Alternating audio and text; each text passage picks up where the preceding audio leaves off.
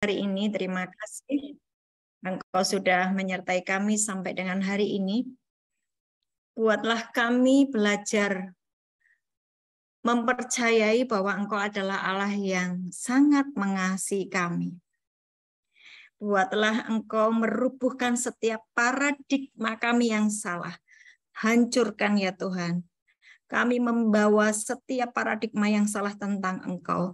Kami membawa cara berpikir yang salah tentang Bapa yang baik. Tuhan, seringkali Tuhan, kami lost contact dengan Engkau sehingga kami mengalami banyak pergumulan di dalam kehidupan kami sehari-hari. Dan kerinduan-Mu untuk menjamah setiap anak-anak-Mu, memulihkan kehidupan kami. Dan kerinduan-Mu Tuhan untuk menggandeng hidup kami, sehingga kehidup kami benar-benar seperti di Taman Eden. Seperti pada waktu Adam dan Hawa sebelum jatuh di dalam dosa. Terima kasih Bapa di surga. Hari ini kami mau belajar kebenaran firman-Mu. Habisi setiap tradisi kami. Habisi setiap doktrin yang salah di dalam hidup kami. Tembok-tembok kebenaran kami sendiri habisi Tuhan. Dan kami mau dibangun di atas kebenaran firman-Mu yang murni. Terjadilah di dalam nama Yesus. Mari Roh Kudus urapi setiap kami. Lembutkan hati kami. Sehingga setiap benih firman akan bertumbuh, berakar, berbuah lebat dalam hidup kami. Terjadilah di dalam nama Yesus. Amin. Oke. Shalom semuanya. Ya, mari kita belajar lagi. Saya dapat order pesan dari Bu Wadir untuk menyampaikan dasar-dasar saja. Ya, dasar-dasar yang basic saja, bagaimana kita hidup berjalan dengan Tuhan. Saya tidak akan memberikan yang rumit-rumit, karena saya juga bukan orang yang rumit. Mari kita belajar firman yang simpel-simpel saja ya. Dasar-dasarnya mari kita pelajari sungguh-sungguh supaya kita benar-benar mengalami Tuhan itu nyata. Oke. Kalau saya bicara 3 kabel sudah pada paham ya ibu-ibu semuanya yang bergabung. 3 kabel Roma 14 ayat 17. Roma 14 ayat 17. Kenapa saya ulang-ulang? Yang mengikuti pelajaran saya hanya merindukan apa? Setelah mendengar apa yang saya ajarkan itu benar-benar terkoneksi dengan Tuhan. Makanya saya enggak bosan-bosannya mengingatkan bahwa kerajaan surga bukan soal makanan dan minuman, tetapi masalah apa? Jadi bukan soal makanan dan minuman itu artinya bukan hal-hal yang kelihatan, tapi bicara apa? 3. Saya ngomong 3 kabel itu apa? Damai sejahtera. Ada ayatnya, jadi saya enggak ngawur-ngawur ya. Saya kalau ngomong enggak ngawur-ngawur. Ada ayatnya. Cuman saya mengistilahkan 3 kabel supaya apa? Lebih memudahkan Bapak Ibu untuk menerapkannya di dalam kehidupan sehari-hari. Hidup saya, jadi kerajaan surga bukan soal yang kelihatan, bukan soal makanan dan minuman, Roma 14 ayat 17, tapi soal kebenaran. Apa itu kebenaran? Melakukan hal-hal yang benar. Apa itu kebenaran? Firman Tuhan adalah kebenaran, Yohanes 17 ayat 17. Oke, engkau melakukan hal yang benar. Oh, saya sudah membaca Alkitab setiap hari, tapi engkau tidak melakukan hal yang benar. Berarti kabel nomor 1 lepas. Itu aja mudahnya. Oh, saya sudah menjadi hamba Tuhan jadi majelis di gereja. Ya, jadi majelis di gereja saya melayani, tapi engkau tidak melakukan hal-hal yang benar. Engkau hanya ya pelayanan di gereja, tetapi tidak melakukan hal yang benar. Sikap hatinya tidak benar. Firman diterjang semuanya. Firman berkata sabar, milikilah buah pertobatan, buah kasih, tapi diterjang semua, tidak ada buah di dalam hidupnya. Ya, hidupnya ya begitu-begitu aja, Kristen KTP, Katolik KTP. Kenapa nggak ngalami Tuhan? Ya ini tadi, kabel nomor satunya lepas. Hidup di dalam kebenaran, yang nomor 2, kebenaran.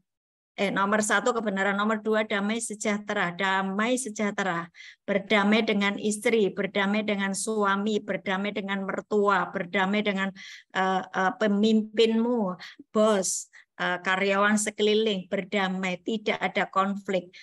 Kalaupun ada konflik, hari itu segera diselesaikan. Supaya apa? Tidak menyimpan ganjalan hati.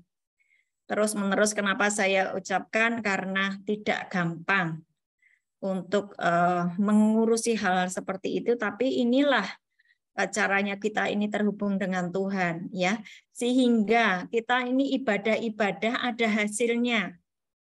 Bukan setelah ibadah ya hidupnya begitu aja, nggak ada perubahan, artinya tidak ngalami Tuhan. Kabel nomor 3 adalah sukacita. Ayo semuanya tertawa, hahaha. Bu ini ajak mereka tertawa. Oke, lanjut ya. Nah, sekarang saya akan membagikan tentang ini kan dasar-dasarnya ya. Dasar-dasarnya kita mengalami Tuhan. Roma 8 ayat 1 sampai 14. Allah itu roh, hiduplah di dalam roh. Kalau engkau hidup di dalam daging, hidup di dalam kemarahan, hidup di dalam hawa nafsu, hidup di dalam dusta, hidup dalam perzinahan, Galatia 4 ayat 19 sampai 21, maka engkau sedang tidak ketemu dengan Allah yang adalah roh. Sampai di sini paham ya? Kenapa aku sudah berdoa bertahun-tahun tidak terjadi breakthrough? Karena Allah yang kau sembah itu roh, tetapi engkau masih hidup di dalam daging. Jadi enggak konek-konek, enggak ketemu. Nah, oleh karena itu pelajari sungguh-sungguh Roma 8 ayat 1 sampai 14, hiduplah di dalam roh. Saya akan bacakan, ini hanya mengulang yang sudah pernah saya sampaikan, karena ini nanti kita akan naik lagi di pelajaran yang selanjutnya. Setelah ini kita nangkap, baru kita akan tambahi pelajaran selanjutnya. Roma 8 ayat 5. Sebab mereka yang hidup menurut daging memikirkan hal-hal yang dari daging. Mereka yang hidup menurut roh memikirkan hal-hal yang dari roh. Karena keinginan daging adalah maut, tetapi keinginan roh adalah hidup dan damai sejahtera. Jadi Allah itu roh. Hiduplah di dalam roh, maka engkau akan hidup di dalam damai sejahtera dan hidup. Hidup artinya segala sesuatu di dalam hidupmu ada progres. Keuanganmu progres, kesehatanmu progres, pemulihan di dalam keluarga, rumah tangga, semuanya mengalami progres. Oke. Sebab keinginan daging, ayat 7, adalah perseteruan terhadap Allah, karena ia tidak takluk kepada hukum Allah. Hal ini memang tidak mungkin baginya.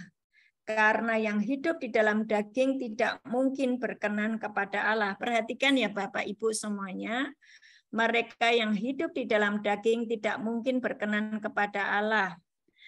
Oleh karena itu, kenapa orang yang masih belum mengampuni, doa-doanya itu sangat lama dijawab. Ya, orang-orang yang belum mengampuni, yang masih konflik, hidup di dalam daging, dia sudah berdoa bertahun-tahun untuk masalahnya, tetapi tidak mengalami breakthrough, tidak mengalami terobosan. Oleh karena apa? Keinginan daging adalah perseteruan terhadap Allah, bermusuhan dengan Allah ya. Karena ia tidak takluk kepada hukum Allah, hal ini memang tidak mungkin baginya. Mereka yang hidup di dalam daging tidak mungkin berkenan kepada Allah. Ayat 9. Tetapi kamu tidak hidup di dalam daging, melainkan di dalam roh, jika memang roh Allah diam di dalam kamu. Tapi jika orang tidak memiliki roh Kristus, ia bukan milik Kristus. Tapi jika Kristus di dalam kamu, maka tubuh memang mati karena dosa, tetapi roh adalah kehidupan karena kebenaran. Dan jika roh Dia yang telah membangkitkan Yesus dari antara orang mati diam di dalam kamu, maka Ia yang telah membangkitkan Kristus Yesus dari antara orang mati akan menghidupkan juga tubuhmu yang fana itu oleh rohnya. Waktu saya memutuskan hidup di dalam roh, waktu saya memutuskan hidup di dalam firman, hidup di dalam kasih, hidup di dalam penguasaan diri, kesabaran, tidak membalas ketika dimaki, mengampuni. Saya melakukan hal yang benar, saya sukacita, tidak khawatir. Saya tidak takut, saya tidak khawatir. Saya mempercayai perlindungan Tuhan atas hidup saya. Saya mempercayakan seluruh kehidupan saya kepada Bapa saya. Maka saya sedang hidup di dalam roh. Waktu saya hidup di dalam roh, ada roh Kristus, ada roh kudus di dalam diri saya yang menghubungkan saya dengan ruang tahta. Sampai di sini paham. Tetapi ketika saya masih marah, saya masih benci, saya masih berbohong, saya masih melakukan hal-hal yang tidak berkenan, maka bukan Roh Kudus. Oke, Roh Kudus ada, tetapi diikuti oleh roh-roh dunia yang miskin dan gelap. So, frekuensimu menjadi error, tidak bersih. Frekuensi dari surga, roh itu yang dari surga, semua yang Bapa sediakan di alam roh, yang mau turun ke dalam dirimu, di dalam diri saya, enggak bisa ditangkap. Sebab apa? Ada roh-roh dunia yang mengganggu sinyal. Sampai di sini paham? Kalau paham kasih jempol supaya saya tahu kok paham. Oke. Waktu saya masih marah, waktu saya masih dendam, waktu saya masih menyakiti istri saya dengan kata-kata saya yang menusuk hati, ya, atau menyakiti suami saya yang memberontak, saya sebagai seorang istri memberontak terhadap suami saya berbuat jahat kepada suami saya, apapun itu yang menyakiti sesamamu. Maka saya membiarkan roh-roh dunia yang gelap dan miskin itu menguasai saya sehingga sinyal saya dengan kerajaan surga terganggu. Waktu sinyal saya dengan kerajaan surga terganggu, saya teriak-teriak, saya deklarasi, saya doa-doa, tidak dijawab. Dan pada ujungnya engkau akan frustasi dan berkata, mana Tuhan? Nah, perhatikan sungguh-sungguh hal-hal yang simpel ini. Nah, hari ini tadi sudah ya, hidup di dalam kebenaran, hidup di dalam damai sejahtera, hidup di dalam sukacita. Selanjutnya, pijakan kita adalah hukum, roh, dan kehidupan. Pastikan bahwa engkau hidup di dalam roh. Sorry ya, di Jakarta lagi hujan deras. Apakah terganggu suaranya? Ya, oke. Oke. Sekarang saya akan menyampaikan hukum-hukum yang berlaku universal. Itu berlaku bagi semua orang. Mau itu orang jahat, mau itu orang baik, mau itu orang Hindu, orang Buddha, orang Muslim, semuanya berlaku. Apa itu? Adalah 7 hukum universal yang berlaku bagi semua manusia. Nah, sekarang ya Bu, Bapak Ibu perhatikan. Saya tadi sudah mengajari, hiduplah di dalam roh. Oke? Pijakanmu di dalam roh, di dalam hukum-hukum Tuhan. Jangan hidup di dalam daging. Kalau hari ini masih ada daging, masih ada konflik, masih ada kemarahan, masih ada dosa, selesaikan. Segeralah hidup di dalam roh. Waktu kita hidup di dalam roh, 1, hukum-hukum universal yang berlaku, ya. Hukum tabur tuai, Galatia 6 ayat 8. Saya sudah berada di dalam hidup di dalam roh. Saya menabur semua yang baik. Saya menabur waktu saya untuk membaca firman dan merenungkan firman, berdoa, memuji, menyembah, dan waktu sisa saya, waktu lainnya adalah saya bekerja sebaik-baiknya. Saya menabur hal-hal yang baik. Dengan ucapan saya terhadap sesama saya memberkati mereka, saya memperkatakan hal yang baik kepada mereka. Itu seperti saya menabur setiap hari. Sampai di sini jelas. Waktu saya nabur setiap hari. 3 tahun kemudian saya mendapatkan tuaian. Karena saya menabur yang baik, hari ini saya menuai hal-hal yang baik. Amin. Waktu saya menabur hal-hal yang jahat, saya hidup di dalam daging, saya di dalam omelan-omelan, makian-makian, itu saya seperti nabur. Tetapi nabur hal-hal benih-benih yang tidak baik. Kekhawatiran, gerutuan, makian, itu saya nabur. Saya melakukan hal yang jahat, saya bohong, saya ngambil uangnya perusahaan, saya nyuri, saya fitnah, itu saya nabur. 3 tahun kemudian, mungkin 2 tahun atau ke depan itu pasti ada yang namanya tuaian. Taburanmu jelek, tuaianmu jelek. Ini berlaku semua, bagi semua. Itu ya Bapak Ibu. Itu di Galatia 6 ayat 8. Sebab barang siapa menabur dalam dagingnya, ia akan menuai kebinasaan dari dagingnya. Tapi barang siapa menabur di dalam roh, ia akan menuai hidup yang kekal dari roh itu. Saya menabur waktu saya pakai untuk merenungkan firman Tuhan, ucapkan firman, pikiran saya isinya firman, dan firman. Bu, kok Ibu isinya firman terus, Ibu nggak kerja? Saya kerja. Saya mengerjakan pekerjaan sehari-hari yang ditugaskan kepada saya, tetapi pikiran saya tidak pernah lepas dari firman. Sampai di sini paham? Saya terus berfokus mendengar apa kata Tuhan lewat firman-Nya. Apa yang pernah saya pelajari di firman itu yang saya ucapkan, yang saya renungkan. Maka saya menuai kehidupan ilahi. Oke? Saya menuai kehidupan ilahi, sesuatu yang ilahi, sesuatu yang dari surga. Itu yang saya dapatkan. Sampai di sini paham? Bapak Ibu, hari-hari ini saya akan ulang-ulang terus karena saya sedang dihadapkan kepada orang-orang yang jatuh bangun di dalam dosa perzinahan. Mohon maaf. Dosa perzinahan itu adalah dosa yang sangat serius. Ya, dosa perzinahan itu adalah dosa yang sangat serius. Dan hari-hari ini Tuhan tidak mau darahnya yang tercurah di atas kayu salib sia-sia bagi anak-anaknya. Maka ketika ada anak-anak Tuhan yang jatuh bangun di dalam dosa perzinahan, itu selesai hari ini. Jangan diperpanjang, tiba-tiba sakit dan meninggal.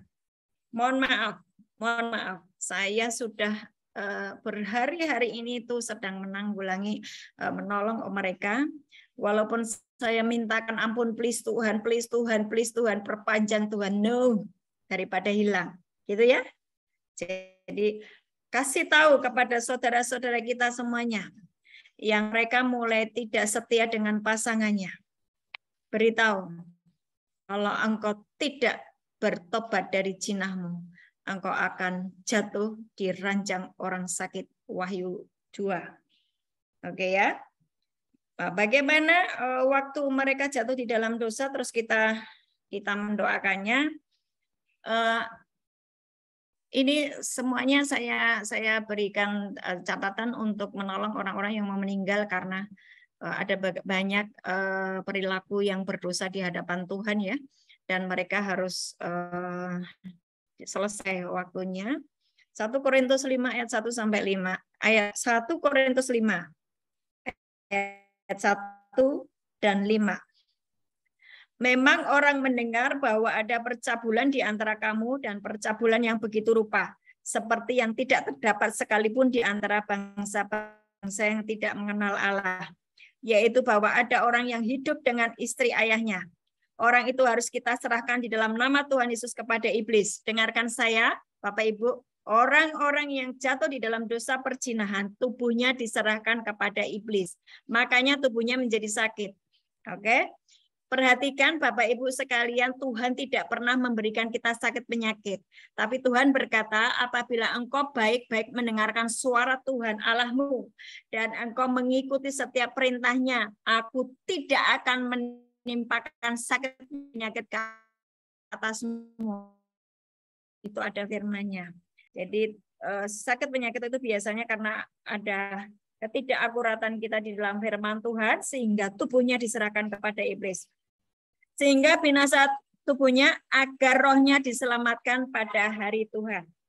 Oke, nomor 1 tadi hukum tabur tuai. Nomor 2, perhatikan ya, saya ngomong seperti ini dengan catatan bahwa pijakanmu sudah benar, hidup di dalam roh.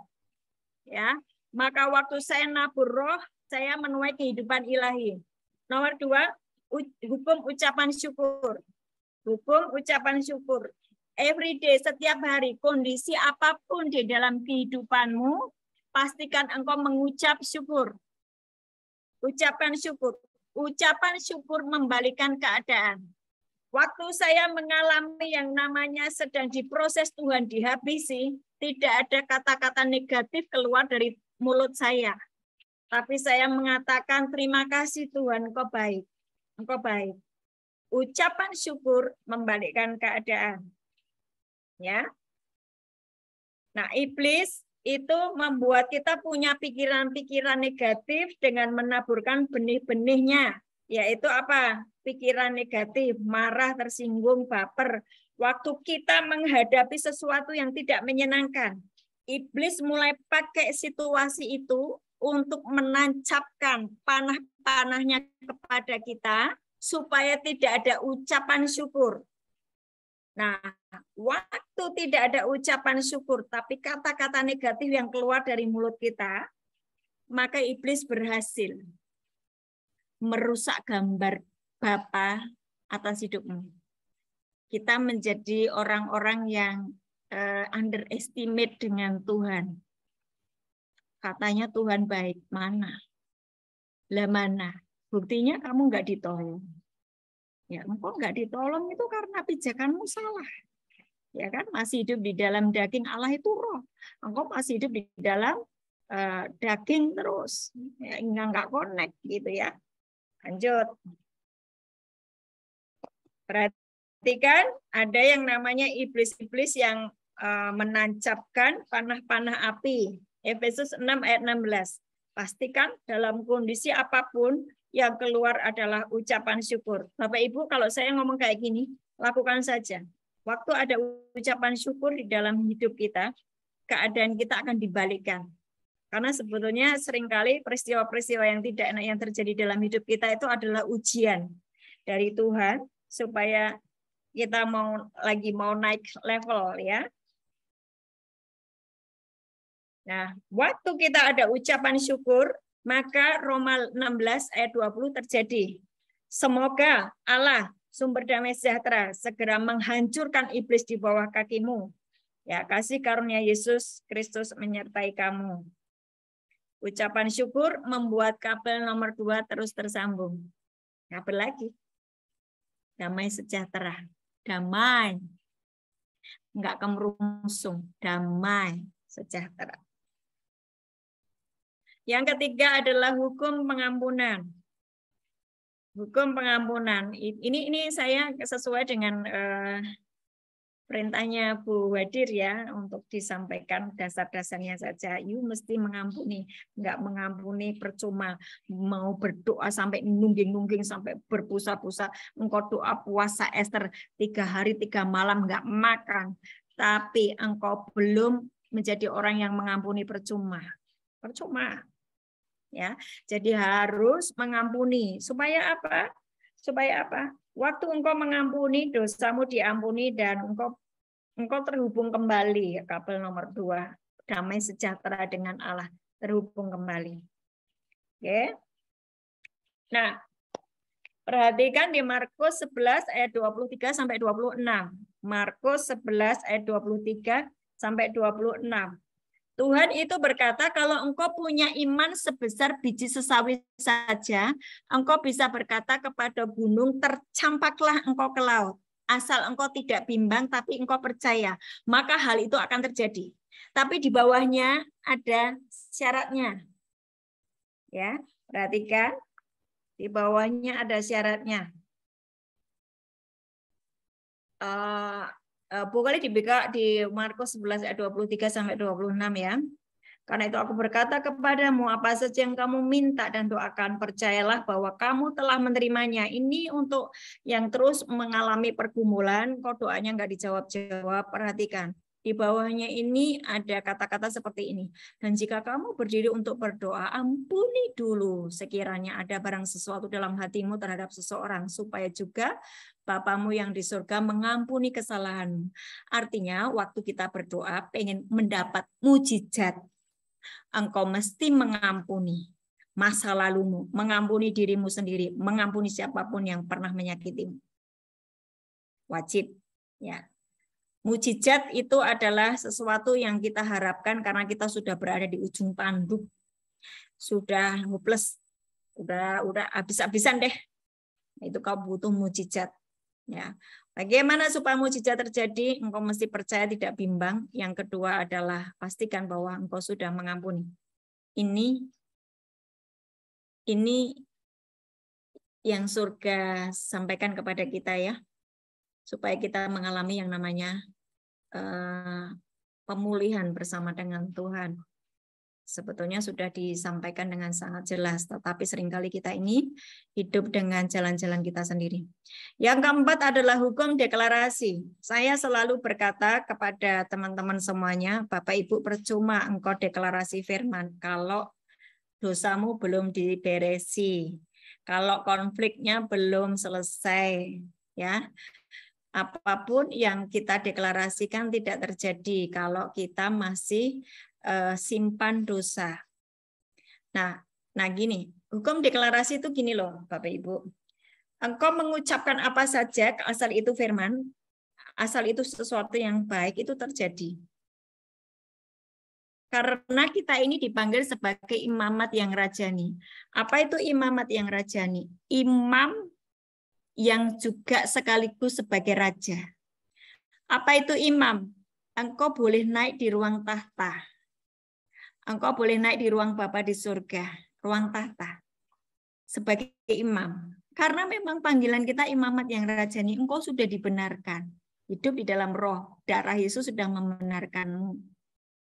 Rajani, raja. Raja itu kalau ngucap apapun jadi, betul? Raja itu mengucap apapun jadi, yaitu lo imamat rajani. Keren kan?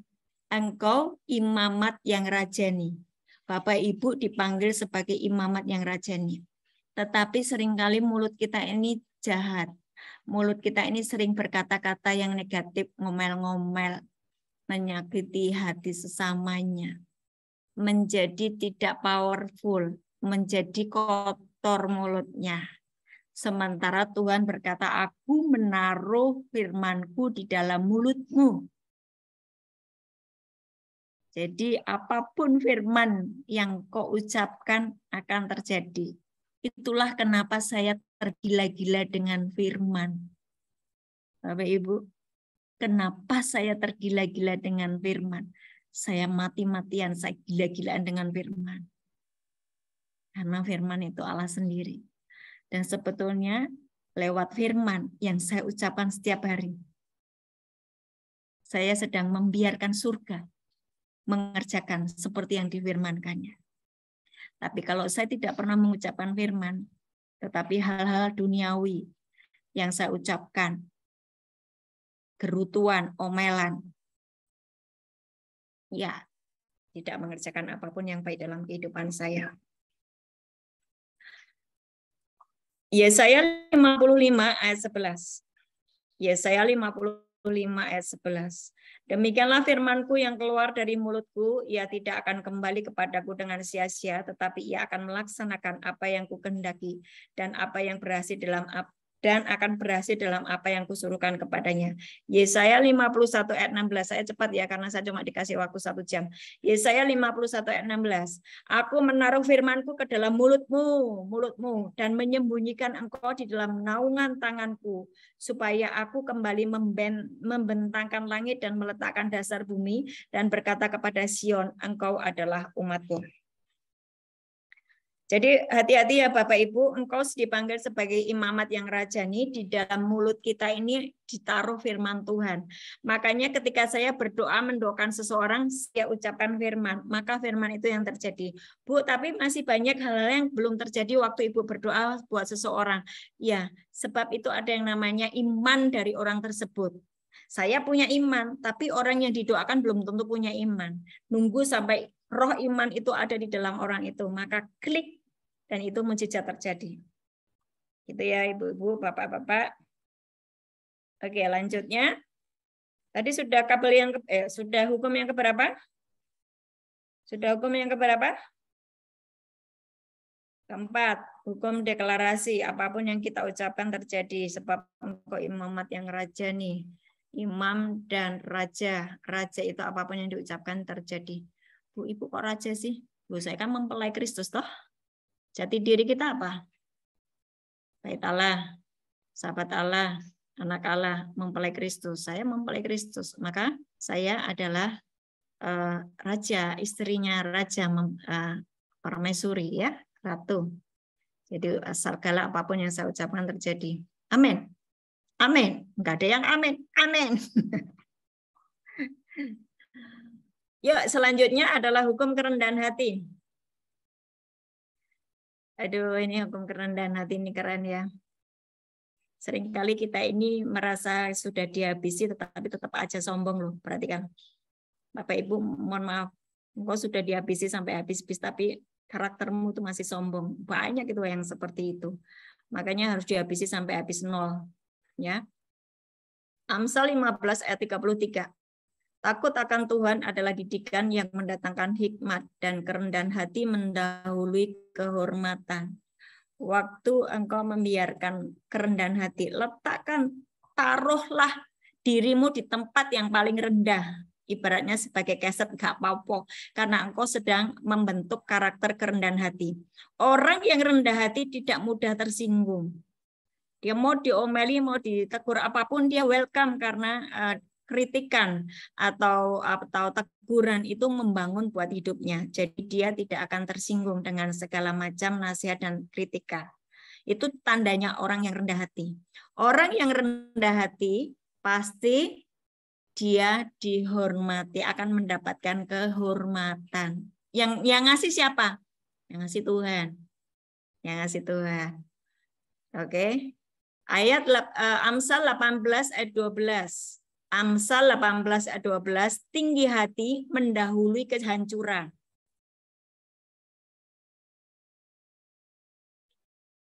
Tinggi hati mendahului kehancuran. Hari ini kalau rumah tanggamu hancur, kalau ekonomimu hancur, kalau apapun aspek di dalam kehidupanmu hancur.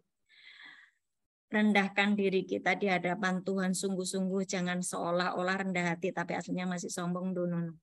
Lakukan benar-benar peremukan ya ego kita, kesombongan kita. Tinggi hati mendahului kehancuran, tetapi kerendahan hati mendahului kehormatan. Oke. Orang yang rendah hati adalah orang yang tidak pernah memandang rendah orang lain. Orang yang rendah hati tidak pernah memandang rendah orang lain. Suatu hari, saya belum kasih contoh-contoh hari ini, terlalu banyak teori. Suatu hari saya ketemu sama Bu Dr. Heni. Oke ya. Saya ketemu di ruang rehab hari Kamis. Saya lihat beliau, ya, tapi saya nggak boleh underestimate dengan Bu Dr. Heni. Saya cuma mendengar, datangi dia, urusi kabelnya yang ruwet. Urusi kabelnya yang ruwet. Dan aku akan jadikan dia partner. Oh, siap Tuhan. Siap Tuhan. Ya. Saya belajar ya.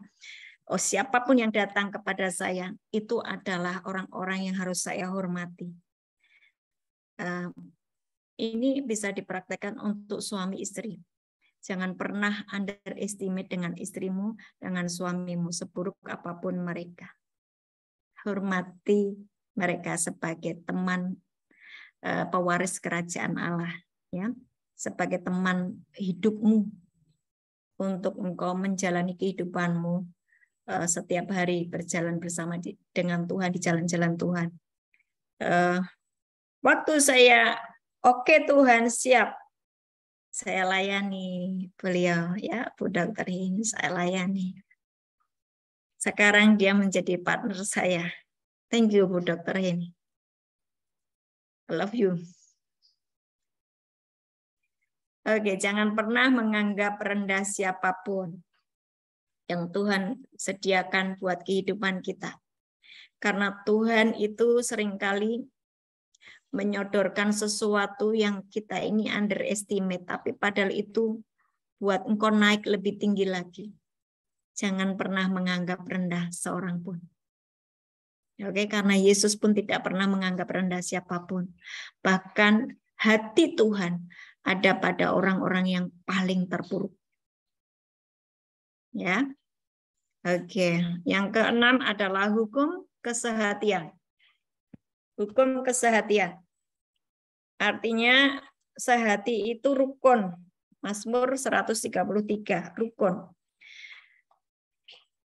Persepsi kita dengan saudara kita harus yang baik, ya. Walaupun engkau melihat sesuatu yang tidak baik atas kehidupan orang tersebut, persepsi kita harus yang baik. Filipi 4 ayat 8, pikirkan semua yang baik, yang mulia, yang sedap didengar. Walaupun engkau tahu bahwa ada sesuatu yang salah di dalam hidupnya, pikirkan yang baik, miliki persepsi yang baik atas orang tersebut. Nah, waktu kita memiliki persepsi yang baik dan tidak memandang kelemahan orang, tetapi hal-hal yang baik aja, membuat kita bisa sehati dengan sesama kita, dengan suami istri. Dan disitulah waktu kita sehati, waktu kita tidak underestimate dengan saudara kita, waktu kita tidak melihat kelemahannya, tetapi melihat kebaikannya. Pun Allah memerintahkan berkat turun atasmu. Ini saya paling suka. Ya, waktu saya setiap hari bisa berpelukan dengan suami saya. Dulu nggak bisa karena saya nggak ngerti firman. Saya nggak ngerti firman. Saya masih keras ya. Saya masih sakarepku dewe. Ya, hidup semauku sendiri. Wah, aku benar kok, aku diomeli, ya, protes, berontak. Tapi waktu saya mulai bertobat, saya mulai memahami firman dan menjadi pelaku firman. Every day, setiap hari saya berpelukan dengan suami saya dan berdamai gitu. Allah memerintahkan berkat turun atasmu. Itu Mazmur 133. Ya. Di tempat keluarga yang rukun, Allah memerintahkan berkat. Bu, aku sudah rukun setiap hari kemana-mana. Nah, saya kemana dia ada konflik. Tapi kenapa aku nggak diberkati? Dalamnya ini mesti dibongkar. Ya, ada masih kecewa, ada masih yang harus engkau bongkar itu. Supaya benar-benar yang namanya aku mengasihi dia, aku memberkati dia itu tulus. Enggak ada sesuatu yang disembunyikan. Hukum kasih yang ketujuh. Allah itu kasih, pribadinya adalah kasih. Kalau ada yang menakut-nakuti Bapak Ibu dengan ajaran-ajaran yang gara-gara kamu nggak baca Alkitab, kamu tabrakan. Gara-gara kamu nggak bayar perpuluhan, kamu miskin. Engkau sedang salah menilai Tuhan. Tuhan nggak begitu. Tuhan nggak seperti itu. Allah itu kasih. Dia Allah kasih. Kalau engkau tidak membayar perpuluhan, ya engkau sedang tidak melakukan firman. Maliaki 3 ayat 10. Kalau engkau memberikan 1/10 dari pendapatanmu, dari gajimu, ujilah aku. Apakah aku tidak membukakan bagimu tingkap-tingkap langit? Itu kan Tuhan hanya memberikan tawaran. Lah kalau engkau nggak memberikan perpuluhan ya it's okay. Tapi kan kamu nggak terima taburannya. Kamu nggak kamu nggak nerima tuaiannya, kamu nggak nabur gitu loh. Engkau nggak akan mendapatkan yang namanya ujilah aku, apakah aku tidak membukakan bagimu tingkap-tingkap langit. Aku akan menghardik belalang pelahap, tidak ada lagi sakit di dalam keluargamu, tidak ada lagi kecelakaan, tidak ada lagi kerugian, tidak ada lagi kebangkrutan. Karena Tuhan menghardik itu semuanya. Waktu saya taat membayar perpuluhan, Bu Ana bayar perpuluhan, bayar. Karena apa? Itu perjanjian Tuhan dengan umatnya. Perjanjian Tuhan dengan umatnya. Saya berdiri di perjanjian dengan Tuhan. Apakah Tuhan membutuhkan uang kita? Enggak. Tapi cuma saya tinggal di dalam perjanjian Tuhan supaya saya aman. Anak-anak saya aman. Hidup saya aman. Keluarga saya aman. Suami saya aman. Itu aja. Ya, jangan memiliki paradigma yang salah tentang Tuhan. Nah, kalau engkau tidak membayar perpuluhan, ya nggak ada yang menghardik belalang pelahap itu tadi. Itu sakit, ya, malapetaka kayak gitu. Itu bukan karena Tuhan nggak sayang, Tuhan tetap sayang. Tapi hukum-hukum itu memang harus terjadi, gitu ya. Allah sekali lagi Allah itu kasih. 1 Yohanes 4 ayat 7 sampai 8. 1 Yohanes 4 ayat 7 sampai 8 ini ayat terakhir. Saudara-saudaraku yang kekasih, marilah kita saling mengasihi sebab kasih itu berasal dari Allah dan setiap orang yang mengasihi lahir dari Allah dan mengenal Allah. Barang siapa tidak mengasihi, ia tidak mengenal Allah sebab Allah adalah kasih. Sebab Allah adalah kasih. Kalau engkau tidak mengasihi suami istri, tidak mengasihi konflik terus, Allah itu kasih. Dan engkau sedang bertentangan dengan Allah pencipta alam semesta. Oke. Sampai di sini sudah 3/4 jam. Tuhan Yesus memberkati. Saya buka pertanyaan, silakan. Masih ada 15 menit ya, Dok? Mau di-close atau mau bagaimana? Monggo, saya yang ikut saja. Ini saya sudah selesai.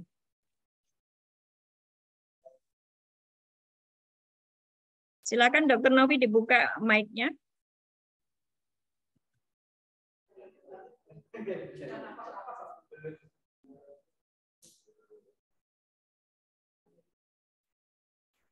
Mau dibuka pertanyaan atau mau di-close?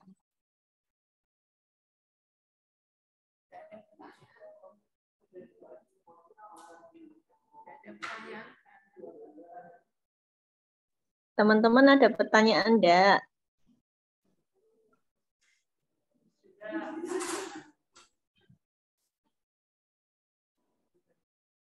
Pada diem semua ya. Yang terkhusus yang keluarga RSC.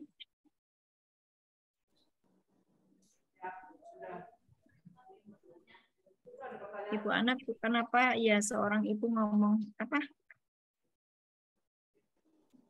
Apa tadi itu Uli tanya. Ibu anak, kenapa ya seorang ibu ngomong pahit terhadap saya karena ibu saya kasih telur untuk puding anakku. Karena ibu saya kasih telur untuk puding anakku. Saya nggak paham pertanyaannya ya Bu Hotmauli.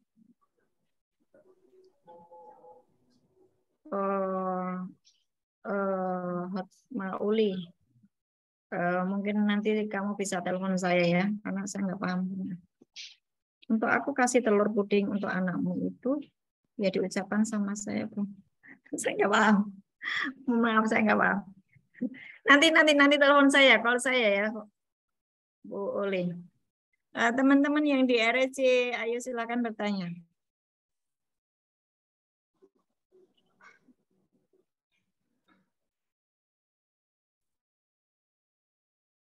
Atau yang ikut Zoom silakan bertanya, boleh. Cara menghitung bayar per bulan yang benar gimana ya, Bu? Yang kau dapat uang berapa dari gajimu? Potong 1/10-nya. Ya, itu aja. Nggak usah rumit-rumit harus dipotong ini, potong ini. Sudahlah, kamu dapat berapa, ikhlasmu berapa? 1/10-nya kasihkan ke Tuhan. Gitu. Ada lagi? Yang ikut Zoom, boleh bertanya. karena yang di RSC nggak ada yang bertanya. Udah paham kok setiap apa yang saya sampaikan. Tinggal praktek aja ya. Apa Bu Dokter Heni kalau mau ngobrol dibuka mic-nya.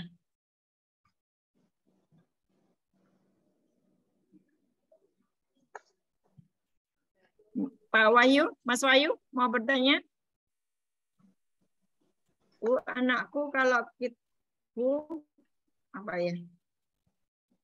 Tahu sebenarnya kusutnya dia di mana, tapi dia. Bu Mika bertanya, Bu, anakku itu apa? Anakku. Dibuka aja mic-nya Bu Mika. Oh iya Bu Ana, maksudnya gini, kalau kita melayani seseorang, kita tahu sebenarnya kesalahan dia di mana. Cuman dia nggak mau mengakui gitu loh Bu, kesalahannya. Nggak mau berubah gitu. Gimana caranya? Sampaikan Sebenarnya saja. kamu tuh sakit karena itu gitu. Ibu sampaikan saja kebenarannya. Mau dia tidak mau mengakuinya, enggak apa-apa. Yang penting Ibu sudah menyampaikan sebagai penyambung lidah Tuhan. Oke? Sampaikan saja. Kalau dia tidak mau menerima, ya sudah, udah. Itu bukan urusanmu. Oke, Oke? Bu. Karena Bu Mika dipanggil untuk melayani di tempat yang lain juga. Tidak hanya orang tersebut. Iya, Bu. Oke. Kasih. Lanjut. Lanjut terus Bu Mika. Ada lagi?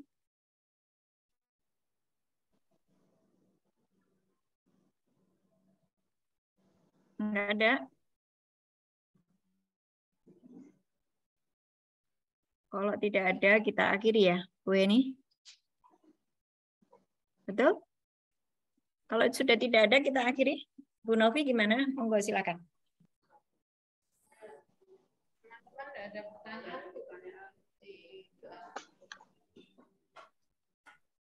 Nggak dengar. Saya nggak dengar. Tidak ada pertanyaan, Ibu. Nggak ada pertanyaan? Oke. Kita tutup ya. Kita tutup ya.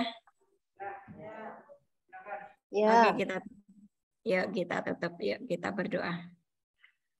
Bu Dr. Erlina, silakan berdoa. Khusus untuk rumah sakit jiwa. Allah Bapa kami yang Maha Kasih, kami mengucap syukur hari ini kami mau belajar lagi Tuhan untuk melaksanakan apa yang sudah Tuhan ajarkan. Biar firman-Mu itu boleh kami praktekkan Tuhan, tidak hanya sekedar kami baca, tidak hanya sekedar kami dengarkan, namun biarlah mulai hari ini kami belajar untuk praktek terhadap semua firman yang sudah Tuhan ajarkan kepada kami. Bapak yang kami mohon ampun atas segala dosa dan kesalahan kami. Kami mengucap syukur untuk Rumah Sakit Jiwa Dr. Amino Kondo Utomo, dan Kau memberkati rumah sakit ini, biar kami juga menjadi pelaku-pelaku firman, biar kami juga menjadi pelita-pelita yang boleh menerangi banyak orang untuk mendapatkan keselamatan yang dari Engkau. Terima kasih, kami berdoa untuk Bu Ana. Kau memberkati Bu Ana beserta seluruh keluarganya, urapi setiap apa yang dia ajarkan itu benar-benar berasal dari Engkau dan boleh membawa banyak orang kepada Engkau. Terima kasih Bapak, kami juga menyerahkan teman-teman kami yang saat ini belum hadir. Kiranya Tuhan tilik satu persatu, Engkau melindungi mereka dari segala yang jahat. Dan Engkau yang memberikan damai sejahtera, sukacita dan kebenaran firman itu tinggal di dalam kehidupan kami semua yang ada di sini. Terima kasih Bapak, di dalam nama Tuhan Yesus kami berdoa dan mengucap syukur. Amin. Amin. Amin. Amin. Oke. Terima kasih. Terima kasih Semuanya. Tuhan Yesus memberkati. Tuhan berkati. Jumpa bulan depan Rumah Sakit Jiwa ya.